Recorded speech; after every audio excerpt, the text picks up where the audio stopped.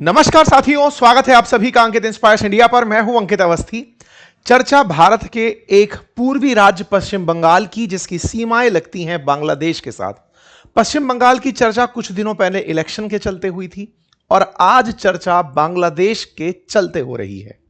बांग्लादेश ने यानी कि पिछले एक साल में मोहम्मद यूनुस की जब सरकार यहां रही, खालिदा जिया, शेख हसीना के बाद एक ऐसी सरकार जिसे जनता ने नहीं चुना था, लेकिन जैन जी आंदोलन की वजह से शायद एक जनता की सरकार यहां पर बनी थी, जिसे लोगों का समर्थन था, लेकिन इलेक्टोरल तरीके से नहीं। उस मोहम्मद यूनुस की सरकार ने बांग्लादेश के पाकिस्तान के साथ जो संबंध स्थापित करवाए, एक उस समय की डिमांड उठने लगी थी कि बांग्लादेश को पाकिस्तान भारत के लिए इस पूरे पूर्वोत्तर राज्य में पश्चिम बंगाल के अंदर अस्थिरता फैलाने के लिए इस्तेमाल कर सकता है। इस तरह की कयास भी चलने लगे, मीडिया के अंदर चर्चाएं चलना शुरू हुई। आज हम चर्चा करेंगे कि जिस बांग्लादेश में सत्ता परिवर्तन हो चुका है, तारिक रहमान सत्ता में बैठे हुए हैं, उसके पैरेलली भारत का बांग्लादेश से लगने वाला सबसे बड़ी सीमा साझा करने वाला राज्य पश्चिम बंगाल भी अपना सत्ता परिवर्तन कर चुका है। और इस दौर में जब सरकार के द्वारा शपथ ग्रहण का आज 13वां दिन है, 9 मई के दिन शपथ ग्रहण हुआ है, तब से लेकर आज तक क्या क्या परिवर्तन कर दिए गए हैं, जिनकी अपेक्षा भारत से लंबे समय से की जा रही थी। दो तरह से इसका डिस्कशन होगा।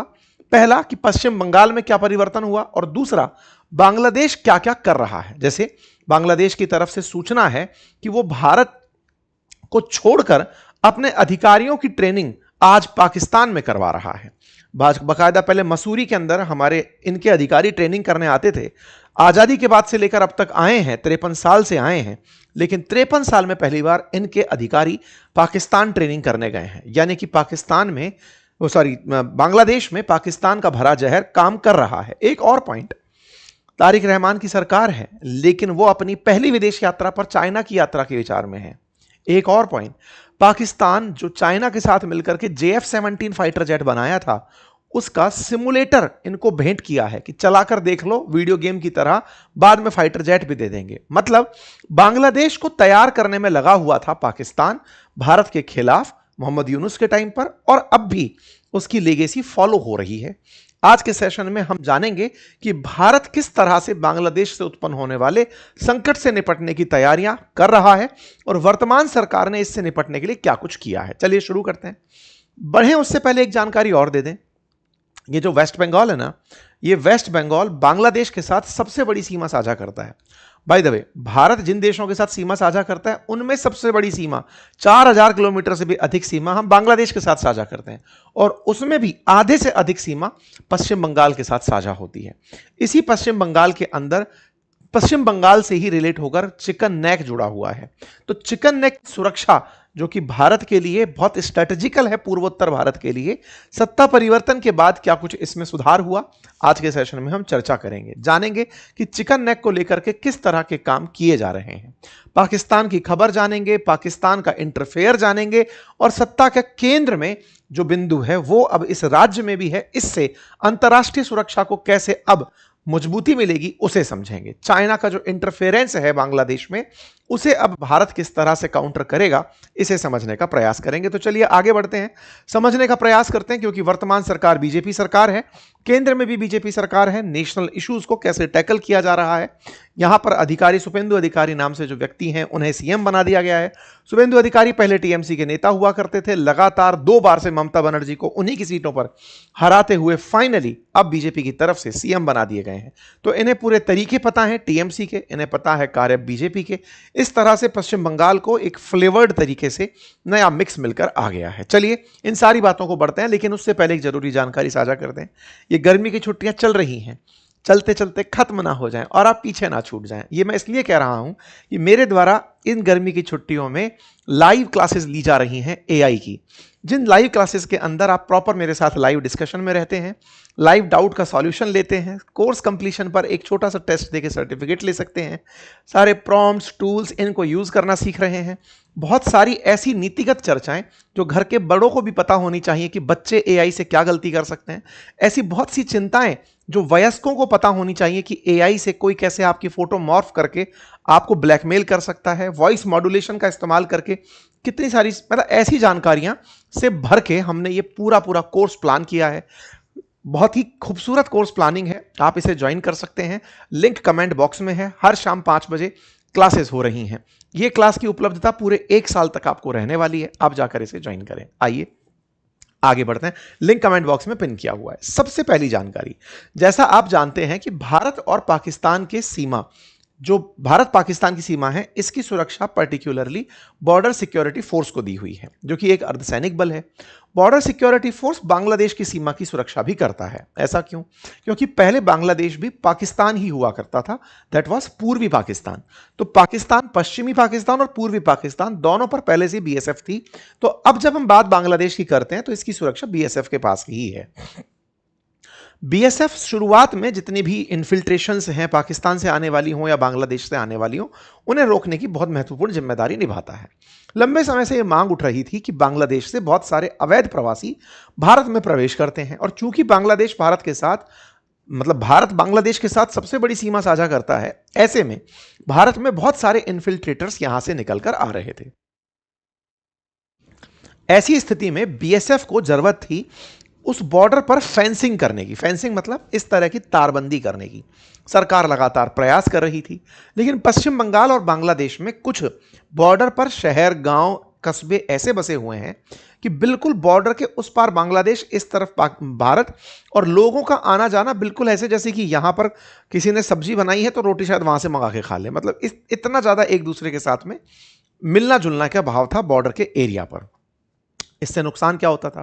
बहुत बार कोई बांग्लादेश से क्राइम करके क्रिमिनल भारत में शरण ले लेता था, या भारत में क्राइम करके बांग्लादेश में शरण ले लेता था। दूसरा, बांग्लादेश के साथ में बहुत सारे अवैध लोग या भारत के अंदर किसी भी प्रकार की अशांति फैलाने वाले लोग उस रास्ते से भारत में एंट्री कर जाते थे। लंबे समय से मांग की जा रही थी कि बीएसएफ को यहां पर फेंसिंग की जगह दी जाए। फेंसिंग करने क्यों नहीं दे रहे थे? क्योंकि यहां पर जो सरकार थी, उस सरकार के द्वारा लोगों की सुविधा को ख्याल रख करके बीएसएफ को इस फेंसिंग की जगह देने से रोका हुआ था। स्टेट को जगह देनी थी, स्टेट जगह नहीं दे रहा था। पहला काम जो किया सरकार ने, शुभेंदु अधिकारी ने आते ही अपने पहले आदेश में इस फेंसिंग की जगह का अलॉटमेंट कर दिया।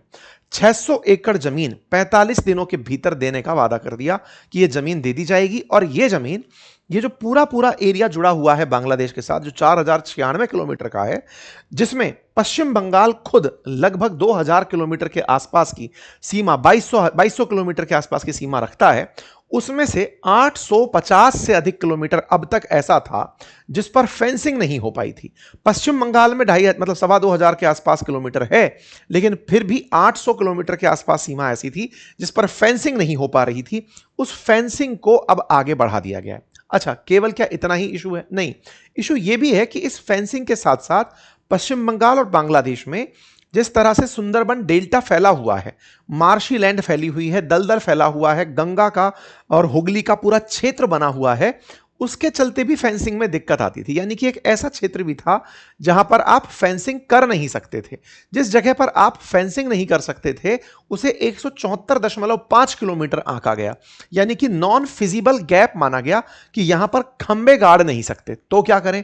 हो सकता है कि कोई उन मार्शी लैंड से घुस करके चला आए, यानी कि कोई अवैध प्रवासी हो सकता है उन तटों में से तैरते हुए चला आए। तो यह डिसाइड किया गया है कि उन क्षेत्रों में मगरमच्छ और सांप छोड़ दिए जाएंगे। मतलब 865 किलोमीटर जो अब तक लेफ्ट था, जिसको पश्चिम बंगाल सरकार दे नहीं रही थी, जमीन नहीं दे रही थी, उस जमीन में अब फेंसिंग तो होगी ही होगी, और जो नॉन फिजिबल क्षेत्र है लगभग 174 किलोमीटर का, उसमें स्नेक और मगरमच्छ छोड़ने की प्लानिंग कर ली गई है। इससे क्या होगा? इससे उधर से चलता हुआ व्यक्ति इधर और इधर से चलता हुआ व्यक्ति उधर नहीं जा सकेगा। और लगातार अन्य जो राज्य हैं उनसे भी कवायद करके चेक किया जा रहा है कि कैसे इस सुरक्षा को सुनिश्चित किया जा सके। फेंसिंग का काम शुरू किया जा रहा है, और जो अवैध रूप से बसे हुए लोग हैं उनकी पहचान करके, चिन्हित करके उन्हें बीएसएफ को सौंपा जाएगा। बीएसएफ फिर उन्हें उस तरफ बांग्लादेश की जो बॉर्डर सिक्योरिटी है उसको पकड़ा देगी कि साहब इसे लो और अपने साथ लेकर चले जाओ। अब यह काम कैसे होगा? देखो, कुछ दिन पहले ही, आपको मालूम है कुछ साल पहले ही भारत में सिटीजनशिप अमेंडमेंट एक्ट आया था, जिसके अंदर बांग्लादेश, पाकिस्तान, अफगानिस्तान जैसे देशों में मतलब मुसलमानों को छोड़ करके वो लोग जिन पर ज्यादतियां हुई धर्म के आधार पर, हिंदू, मुस्लिम, सिख, ईसाई, पारसी, जिन पर ज्यादतियां हुई और वो उन देशों से निकलकर भारत में शरण प्राप्त करने आ गए थे दिसंबर 2024 से पहले, तो उन्हें अपने देश में यानी भारत में नागरिकता देना, और उसके अलावा अगर कोई आ गया है तो उसे वापस भेज देना। इनडायरेक्ट मीनिंग यही था। वो जो सिटीजनशिप अमेंडमेंट एक्ट था वो पश्चिम बंगाल में अप्लाई नहीं हो रहा था। मतलब देखिए, बांग्लादेश के साथ जो बॉर्डर लगा था उस बॉर्डर पर से आवागमन तो चल ही रहा है, प्लस सिटीजनशिप अमेंडमेंट एक्ट पश्चिम बंगाल में लागू नहीं हो रहा था। सिटीजनशिप अमेंडमेंट एक्ट लागू नहीं था तो जो लोग यहां पर अवैध रूप से बांग्लादेशी आकर बस गए थे, जिनकी पहचान भी कर ली जाए तो उनको किस कानून के आधार पर वापस भेजा जाए, वो एग्जीक्यूट नहीं हो पा रहा था। तो दूसरा काम जो पश्चिम बंगाल में वर्तमान सरकार ने किया वो सीएए को लागू कर दिया, और यहां से तुरंत प्रभाव से इन्हें वापस भेजा जा सकेगा। यानी कि फेंसिंग भी होगी, और फेंसिंग के बाद में छटनी करके कि ताकि वापस ना आ जाए, उस काम को भी कर दिया जाएगा। ये यहां पर निकल रहा है। लोगों का कहना है कि ये बंगाली मुसलमानों को टारगेट करने का तरीका है। वास्तविकता में बांग्लादेश मुस्लिम कंट्री है और वहां से बड़ी मात्रा में मुसलमानों का ही यहां पर आगमन हुआ था, जिसको देखते हुए अब यह काम किया जा रहा है। ठीक है, जब पश्चिम बंगाल में पश्चिमी बंगाल जो बांग्लादेश है, जो कभी पूर्वी पाकिस्तान हुआ करता था, तब पश्चिमी पाकिस्तान के द्वारा जब यातनाएं दी जा रही थी तो यहां से बड़ी मात्रा में बांग्लादेशी या कहिए पूर्वी पाकिस्तानी लोग भारत में एंट्री कर गए थे, उनकी वापसी नहीं हो पा रही थी। तो अब सीएए यहां पर लागू होने जा रहा है, और सीएए के लागू होते ही उनकी छटनी शुरू हो जाएगी। यह दूसरा आदेश है जो यहां पर दे दिया गया है। ठीक है साहब, तीसरा आदेश। तो ये सारी की सारी बातें जो है वो पश्चिम बंगाल की सुरक्षा को सुनिश्चित करने के लिए की जा रही है। केंद्र सरकार की लोगों को बीमा देने की एक योजना है जिसका नाम आयुष्मान भारत योजना है। उस आयुष्मान भारत योजना को पश्चिम बंगाल में चालू किया जा रहा है, जिसमें 5 लाख रुपए तक का मुफ्त इलाज दिए जाने का प्रावधान है। इतना ही नहीं, पश्चिम बंगाल में जनगणना को भी रोका हुआ था। अब जनगणना जो रुकी हुई थी वो यहां पर शुरू कर दी जाएगी, इसका आदेश भी दे दिया गया है। साथ ही साथ सरकारी नौकरी के अंदर जो उम्र की सीमा थी उसमें 5 साल की छूट दी गई है। मैंने आपको पिछली बार जब इलेक्शन हो रहे थे तब भी यहां का एक जिक्र किया था और बताया था कि पश्चिम बंगाल के अंदर जो पुलिस थी पहले तक, वो संख्या में बहुत कम थी। संख्या में कम थी तो पुलिस को और पुलिसकर्मी की जरूरत जब होती थी तो फिर वॉलेंटियर्स को बुलाया जाता था कि आओ और आप वॉलेंटियर बनकर हमारी साथ में काम करवा लो, सिविल वर्क में हमारी मदद करो, चाहे ट्रैफिक संचालन में मदद करो, सुरक्षा में मदद करो। और ऐसे में पॉलिटिकल पार्टी के वर्कर्स, विशेष रूप से टीएमसी के बड़ी संख्या में वर्कर्स पुलिस के साथ सिविल पुलिस बनकर के वहां पर शांति व्यवस्था बनवाते थे। शांति व्यवस्था ज्यादा और पार्टी के लिए वर्क कम, मतलब शांति व्यवस्था कम और पार्टी के लिए काम ज्यादा करने का प्रयास होता था, जिससे पॉलिटिकल पार्टी अपने बहुत सारे हितों को साध लेती थी। इसके चलते पुलिस पर लोगों का अविश्वास था। बड़े दिनों से यहाँ के शिक्षकों के लिए, यहाँ पे पुलिसकर्मियों के लिए नौकरियों की संख्या नहीं निकल रही थी। अब यहाँ पर गवर्नमेंट की संख्या, गवर्नमेंट जॉब्स के लिए 5 साल की आयु सीमा का छूट दिया गया है कि जो इतने समय तक अप्लाई करना चाहते थे और नहीं कर पाए थे, उन्हें गवर्नमेंट जॉब्स के लिए अप्लाई करवाया गया। इतना ही नहीं, छूट दी गई है। इतना ही नहीं, बहुत सारे ऐसे पश्चिम बंगाल के अंदर केंद्रीय सेवाओं के कर्मचारी थे जो डेपुटेशन पर दिल्ली आना चाहते थे या किसी दूसरे राज्य में जाना चाहते थे। कई बार ऐसा भी होता था कि पश्चिम बंगाल के अंदर कई पुलिस अधिकारी जिन्हें खुद केंद्र हटाकर दूसरे राज्य में भेजना चाहता था, उन्हें नहीं हटाया पाया जा रहा था क्योंकि स्टेट परमिशन नहीं दे रहा था। स्टेट ने अब वो परमिशन दे दी है। अब चाहे आईएएस हो, आईपीएस हो, आईएफएस हो, इन सभी की, या फिर डब्ल्यूपीएससी के थ्रू जो जुड़ा हुआ व्यक्ति हो, उन्हें एक जगह से दूसरे जगह जाने की इजाजत दी जाएगी। और तो और भारत में हाल ही में जो भारत न्याय संहिता लगी थी उसको भी पश्चिम बंगाल में अप्लाई नहीं किया हुआ था, अब वो भी चालू हो जाएगी। यानी पश्चिम बंगाल बहुत से केंद्रीय कानून, चाहे केंद्रीय योजनाएं हों चाहे केंद्रीय कानून हों, उनको अपनाने में देरी कर रहा था। अब उन सबको यहां पर परमिशन दी जा रही है। इन सबको किस तरह से जोड़कर देखा जाए, इसको अंतरराष्ट्रीय स्तर पर सुरक्षा के लिहाज से भी जोड़कर देखा जा सकता है। कारण क्या है? कारण यह है कि पश्चिम बंगाल उस हॉस्टाइल क्षेत्र के बिल्कुल करीब है जहां पर पाकिस्तान लगातार भारत के विरोध में मोर्चा बड़ा कर रहा है। यहां पर आवश्यकता थी कि बहुत सारे केंद्रीय कानून, बीएसएफ की मजबूती, यहां पर स्थिरता और यहां पर किसी भी प्रकार का अपीजमेंट जगह ना ले पाए। अगर ऐसा यहां जारी रहता तो संभव है कि बांग्लादेश भारत में इन्फिल्ट्रेशन का बड़ा क्षेत्र बनकर आता, पाकिस्तान बांग्लादेश के माध्यम से भारत में तमाम प्रकार की दिक्कतें पैदा कर सकता था। बॉर्डर एरियाज में लगातार आतंकवादियों का आना जाना जारी था। पाकिस्तान से उन्हें धर्मगुरु बनाकर बांग्लादेश की सीमा पर भेजा जा रहा था, जो भारत के साथ साझा होती है। वहां पर कुछ इस प्रकार के प्रवचनबाजियां चल रही थी जिससे कि भारत को उकसाया जा सके, तमाम प्रकार की चीजें चल रही थी। अब उनको एक एक करके जवाब दिया जा रहा है। इतना ही नहीं, पश्चिम बंगाल भारत के अंदर उन राज्यों में शामिल है जहां पर राजनीतिक हिंसाओं का ग्राफ बहुत ऊपर है। उन राजनीतिक हिंसाओं में जो भी बीजेपी के कार्यकर्ता मरे, उन कार्यकर्ताओं को या तो सरकारी नौकरी या आर्थिक सहायता देने का प्लान किया जा रहा है। हालांकि इस पर लोगों का तर्क यह है कि केवल बीजेपी ही क्यों, कांग्रेस के या फिर अदर अपोजिशन पार्टी के और इवन टीएमसी का भी कोई कार्यकर्ता अगर किसी राजनीतिक मुठभेड़ का शिकार हुआ है तो उनके परिवारजनों को भी राज्य अपनी तरफ से क्या मदद दे, इस पर विश्वास में, इस पर काम किया जाना चाहिए। पार्टी विशेष को क्यों फायदा पहुंचाया जा रहा है, यह अपने आप में एक बड़ा सवाल यहां पर बना हुआ है। धर्म आधारित कई ऐसी मदरसाओं को लेकर योजना चल रही थी, उन्हें बंद किया जा रहा है। अन्नपूर्णा योजना, यानी महिलाओं के लिए 1 जून से अन्नपूर्णा योजना शुरू होने जा रही है, जिसमें उन्हें हर महीने 3,000 रुपए की आर्थिक मदद मिलेगी। कुछ इस तरह की योजनाएं, साथ ही साथ कुछ ऐसी नियुक्तियां जो टीएमसी के राज में हो गई थी, उन्हें रद्द किया जा रहा है। और गौ हत्या पर नया नोटिस जारी किया गया। अभी क्या है, बकरीद आने वाली है और यहां पर पब्लिक के अंदर, भीड़ के बीच में या फिर लोगों के सामने ही गौवंश की, भैंस वंश की या फिर मवेशियों की हत्या उस त्योहार के अवसर पर की जा रही थी। इस पर सरकार के द्वारा रोक लगाई गई है। इवन हाई कोर्ट तक ने भी उसको आगे मान लिया है। सार्वजनिक स्थानों पर वध पर रोक लगा दी गई है। वधशालाओं का ही उपयोग करने के लिए कहा गया है।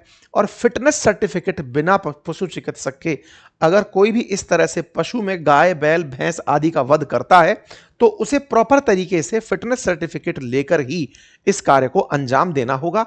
मतलब ये काम करने के लिए स्लॉटर हाउस के पास फिटनेस सर्टिफिकेट चाहिए होगा।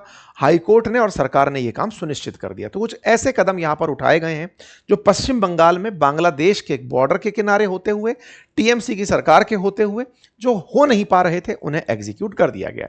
इस पर टीएमसी की भी प्रतिक्रिया है। टीएमसी ने अपनी तरफ सर्विस पर प्रतिक्रिया दी है, क्योंकि सरकारी कर्मचारियों को प्रेस मीटिंग में बोलना जो पहले भी मना था, उन्हें रोका गया है। तो टीएमसी की अपनी तरफ से इस पर प्रतिक्रिया भी आई है। खैर, यह हुआ पश्चिम बंगाल का मामला कि क्या हो रहा है। इतना ही नहीं, एक मामला आपको जो पता हो, जो काफी ज्यादा भारत में उछला था, आरजी कर केस का, जिसमें कि एक मेडिकल छात्रा के साथ कॉलेज में रेप हुआ था और उसकी फिर हत्या कर दी गई थी। उस मामले को फिर से ओपन किया गया है और उस मामले को कलकत्ता हाईकोर्ट के निर्देशन में जून 25 तक सीबीआई को जांच की प्रोब करने के लिए कहा गया है। मतलब सीबीआई को इस मामले के अंदर जांच करने के लिए कहा गया है। तो कुल मिलाकर के शुरुआती 13 दिन में काफी सारे एग्जीक्यूशन हुए हैं, जिससे पश्चिम बंगाल केंद्र में चर्चा में आया हुआ है। अब और क्या हो रहा है, और है इंटरनेशनली डेवलपमेंट। अब मैं वो आपको बताता हूं। भारत के पूर्व में बैठा पाकिस्तान, जो कि पहले पाकिस्तान पूर्वी पाकिस्तान था, अब वो बांग्लादेश है। लेकिन वो जो काम कर रहा है वो कहीं ना कहीं इससे और इससे बोले तो चाइना से प्रभावित होकर कर रहा है। भारत के अंदर जैसे ही पश्चिम बंगाल में सरकार बनती है शुभेंदु अधिकारी की, तो शेख हसीना की पार्टी की तरफ से उन्हें बधाई प्रेषित की जाती है। साथ ही साथ में तारिक रहमान की जो बीएनपी पार्टी है वो भी कांग्रेचुलेशन भेजती है, लेकिन साथ में तीस्ता नदी को लेकर भी एक रिक्वेस्ट भेज देती है। अब ये तीस्ता की कहानी क्या है, हालांकि इस पर डिटेल में हमने सेशन किया हुआ है। भारत से एक नदी है जो कि बांग्लादेश में बहती है, लेकिन पश्चिम बंगाल भी उसमें अपना पानी का हिस्सा चाहता है, जिसको लेकर के भारत और बांग्लादेश के साथ साथ बांग्लादेश के इंटरेस्ट के खिलाफ पश्चिम बंगाल भी अपना इंटरेस्ट रेज करता रहा है। ममता बनर्जी के टाइम पर केंद्र के साथ इस बात को लेकर मतभेद रहा है कि जल बंटवारे को लेकर पश्चिम बंगाल को टेबल पर क्यों नहीं लिया जाता। बीएनपी ने इस बार टीएमसी से कहा, इससे भारत के अंदर बैठी बीजेपी की पार्टी जो पश्चिम बंगाल में है, इनसे कहा गया है कि तीस्ता जल बंटवारे को लेकर के कोई अच्छा फैसला ले लेना। अब देखना होगा कि तीस्ता जल बंटवारे में किस तरह से समझौता भारत अपने हित में करता है। इसके अलावा तारिक रहमान जो यहां पर वर्तमान में मतलब प्रधानमंत्री बने हैं, वो अपनी पहली विदेश यात्रा के लिए चाइना जा रहे हैं। ऐसा 19 मई को इंडिया टुडे के अंदर प्रकाशित हुआ। अब इसकी कोई पूर्ण सूचना नहीं आई है, लेकिन कुड बी डेस्टिनेशन करके ये न्यूज छापी गई है। इसके पीछे का तर्क क्या है? अक्सर ये देखा जाता है कि भारत के आसपास जितने भी छोटे देश हैं, या फिर वो जो भारत को एज ए बिग ब्रदर देखते हैं, चाहे श्रीलंका हो, मालदीव्स हो, फिर चाहे बांग्लादेश, नेपाल, इनके प्रधानमंत्री पहली बार, क्योंकि इन्हें असल में आवश्यकता भारत की है। सोचकर देखने वाली बात है कि बांग्लादेश का 4000 से अधिक किलोमीटर बॉर्डर भारत के साथ साझा होता है, तो रियल में उसको भारत की जरूरत है। लेकिन अगर उस स्ट्रेस के बावजूद भी वो चाइना को प्रेफर करते हैं, तो ये भारत के लिए चिंता है। मतलब भारत को किनारा छोड़ के, हाशिए पर रख के वो अगर चाइना की यात्रा पर जाते हैं, तो ये दर्शाता है कि प्रायोरिटीज क्या है। हालांकि बीएनपी का पहले भी इतिहास यही रहा है। जो बांग्लादेश के अंदर तारिक रहमान की पार्टी है, इनकी माताजी जब पीएम हुआ करती थी, उनके भी इंटरेस्ट चाइना के साथ जुड़े रहे हैं। उन्होंने पाकिस्तान को कभी तवज्जो इतनी नहीं दी थी। बीच में जो मोहम्मद यूनुस आए थे, इन्होंने पाकिस्तान को टेबल पर ला दिया था चाइना के साथ साथ। खैर, फिलहाल के लिए तारिक रहमान आने वाले समय में चाइना को प्रेफरेंस दे रहे हैं, ये मीडिया में खबर है। आने वाले समय में क्या होगा देखा जाएगा। लेकिन एक चीज यहां से बता दूं मैं आपको, शेख हसीना भी जब पहली बार पीएम बनी थी, तब भी वो चाइना की यात्रा पर गई थी। तो यहां पर चाइना और इंडिया में किसे प्रेफर किया जाएगा, एक बड़ा मसला रहा है। ठीक है, खैर, शेख हसीना जब लास्ट टाइम जब पीएम बनी थी 2024 में, तो भारत की यात्रा पर आई थी। तो भारत और चाइना प्रेफरेंसेस हमेशा यहां के पीएम के रहे हैं। देखना होगा कि आने वाले समय में खालिदा जिया के पुत्र किस तरह से अपने कदम उठाते हैं। लेकिन इस बीच में इनके विदेश मंत्री चीन की यात्रा पर जा चुके हैं और वांग वी से मुलाकात कर चुके हैं। यह दर्शाता है कि निश्चित ही ये चाइना से अपने संबंधों को सुधारने में इन दिनों व्यस्त चल रहे हैं। इसके साथ साथ अब पाकिस्तान बांग्लादेश में क्या कर रहा है वो जानिए। पाकिस्तान चीन की मदद से एक फाइटर जेट बनाता है जिसका नाम है JF-17 थंडर ब्लॉक। इसका सिमुलेटर मतलब समझिए कि एक प्रकार का वीडियो गेम जैसा कुछ इस प्रकार का, जिसको आप टेबल पर रखा हुआ ऐसे देख सकते हैं, जिसमें कॉकपिट के अंदर आप बैठे हो तो आपको कैसा दृश्य दिखाई देगा, उस तरह का सिमुलेशन आपको स्क्रीन पर दिखाया जाता है। JF-17 का सिमुलेटर हाल ही में बांग्लादेश भेजा गया है। ये जो सिमुलेटर है, इस पर एयरफोर्स के पायलट ट्रेनिंग लेंगे। उद्देश्य क्या है कि अगर JF-17 आपके यहां आता है तो आप चलाएंगे कैसे। JF-17 पाकिस्तान दुनिया को बेच रहा है चीनी, लेकिन बेच पाकिस्तान रहा है, क्योंकि पाकिस्तान कहता है कि मैं मेरे कनेक्शन से बेचता हूं। ऐसे में बांग्लादेश में भी JF-17 आना, यानी फाइटर जेट आना, यह भारत के लिए कूटनीतिक चुनौती के रूप में कंसीडर किया जाना चाहिए, क्योंकि बांग्लादेश को जन्म देने वालों में हमारा नाम आता है। खैर, बांग्लादेश की एक और खबर है, और वो खबर यह है कि बांग्लादेश के जो ऑफिशियल्स हैं वो ट्रेनिंग के लिए पाकिस्तान जा रहे हैं। पाकिस्तान क्यों जा रहे हैं? पहले तक वो कहां थे? पहले वो मसूरी आया करते थे। जैसे भारत के अंदर ऑल इंडिया सर्विसेज हैं, ऐसे बांग्लादेश के ऑल इंडिया सर्विसेज होंगी, ऑल बांग्लादेश सर्विसेज होंगी। और उन ऑल बांग्लादेश सेवाओं के जो अधिकारी हैं, जो 53 साल से मसूरी में ट्रेनिंग लेने आते रहे सिविल सर्विसेज के, वो अब लाहौर की यात्रा पर हैं। उसकी तस्वीरें भी बाहर आई हैं, और ये अपने आप में एक ऐतिहासिक कदम माना जा रहा है। कदम यूं क्योंकि इतने समय बाद ये लोग लाहौर में ट्रेनिंग लेने गए हैं। ऐसी स्थिति पाकिस्तान और बांग्लादेश के नजदीक आने की पहचान बनती है। पाकिस्तान और बांग्लादेश पहले भी एक ही हुआ करते थे, लेकिन बीच में भारत के संबंधों के चलते बांग्लादेश पाकिस्तान से बहुत दूर हो गया था। मोहम्मद यूनुस ने इनको नजदीक लाने का काम किया, और वो अब तक चल रहा है। भारत को इसके लिए सतर्क रहने की आवश्यकता है, बॉर्डर्स को मजबूत रखने की आवश्यकता है, जिसके क्षेत्र में, जिसके लिए फिलहाल काम करते हुए चीजें दिखाई दे रही हैं। आप लोग इसे कैसे देखते हैं जरूर बताइएगा। भारत के इस स्टैंड को आप कैसे देखते हैं जरूर बताइएगा। भारत के द्वारा इन क्षेत्रों को सुरक्षित रखने के लिए, चिकन नेक कॉरिडोर को सुरक्षित रखने के लिए लगातार काम किए जा रहे हैं, सो दैट पूर्वोत्तर में कोई भी मैलाफाइड इंटेंशन देखा ना जा सके। ठीक है, फिलहाल के लिए जानकारी इतनी ही। जानकारी पसंद आई हो, साथियों से साझा करें। आप इस विषय पर क्या सोचते हैं जरूर बताएं। और हां, लाइव क्लास का लिंक कमेंट बॉक्स में पिन किया गया है। इस ग्रीष्म काल में अपने छोटे बच्चों से लेके वयस्क और वृद्धजन, जो भी घर के बुजुर्ग हैं, आइए लाइव क्लास में सीखिए, AI का इस्तेमाल करना जानिए। पूरी 1 साल की वैलिडिटी के साथ। कोर्स लिंक कमेंट बॉक्स में है। धन्यवाद।